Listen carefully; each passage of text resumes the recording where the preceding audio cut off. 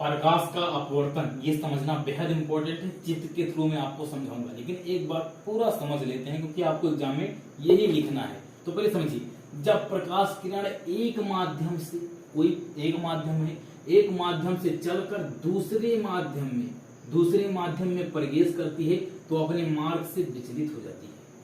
साफ साफ समझिए, जब प्रकाश की किरण किसी एक माध्यम से चलकर किसी दूसरे माध्यम में प्रवेश करती है तो अपने मार्ग से विचलित हो जाती है। मतलब जिस रास्ते से जा रही थी उस रास्ते से हटकर भटक कर किसी दूसरे रास्ते से चलने लगती है। इसे ही हम प्रकाश का अपवर्तन कहते हैं। समझने के लिए इस डायग्राम को समझिए। ये माध्यम 1 है, मतलब इसके ऊपर जो है माध्यम 1 है और इसके नीचे माध्यम 2 है। ये पहला माध्यम है और ये दूसरा माध्यम है। तो ये प्रकाश की किरण ये देखिए जा रही थी, ये जा रही है, इंसिडेंट रे है मतलब आई है, ये इंसिडेंट रे है मतलब आपतित किरण है, ये जाने वाली किरण है, ये प्रकाश की किरण जा रही थी। अब जैसे ही इस माध्यम से, इस पहले माध्यम से जाके दूसरे माध्यम में कूदी, जैसे ही सेकंड माध्यम यानी दूसरे माध्यम में प्रवेश की, जाना चाहिए था ऐसे ऐसे ऐसे, देखिए साफ साफ देखिए, ऐसे ऐसे जाना चाहिए था ना, ऐसे सीधा जाना चाहिए था ना, लेकिन ये देखिए मुड़ गई, ये मुड़ गई, ये मुड़ गई। इसे हम प्रकाश का अपवर्तन कहते हैं, इसे प्रकाश का अपवर्तन कहते हैं।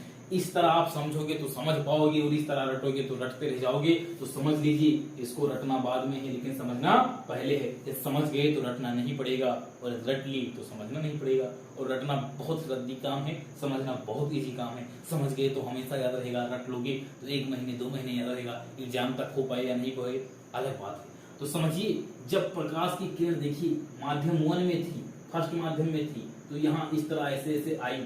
अब इसको ऐसे इसी तरह ऐसे सीधे सीधे जाना चाहिए था, लेकिन जैसे ही सेकंड माध्यम दूसरे माध्यम में आई, वो इस तरह मुड़ गई, इस तरह मुड़ गई, इस तरह ना जाके इस तरह वो जाने लगी। अरे इस तरह ना जाकर इस तरह जाने लगी, यानी कि ये अपने मार्ग से विचलित हो गई। इसको ऐसे ऐसे ऐसे जाना चाहिए था, लेकिन ये तो भैया मुड़ गई। अब कितने डिग्री मुड़ी, 2 जो है 20 30 कुछ डिग्री ऐसे मुड़ी होगी, जितना भी मुड़ा होगा इतना जाके ये मुड़ गई।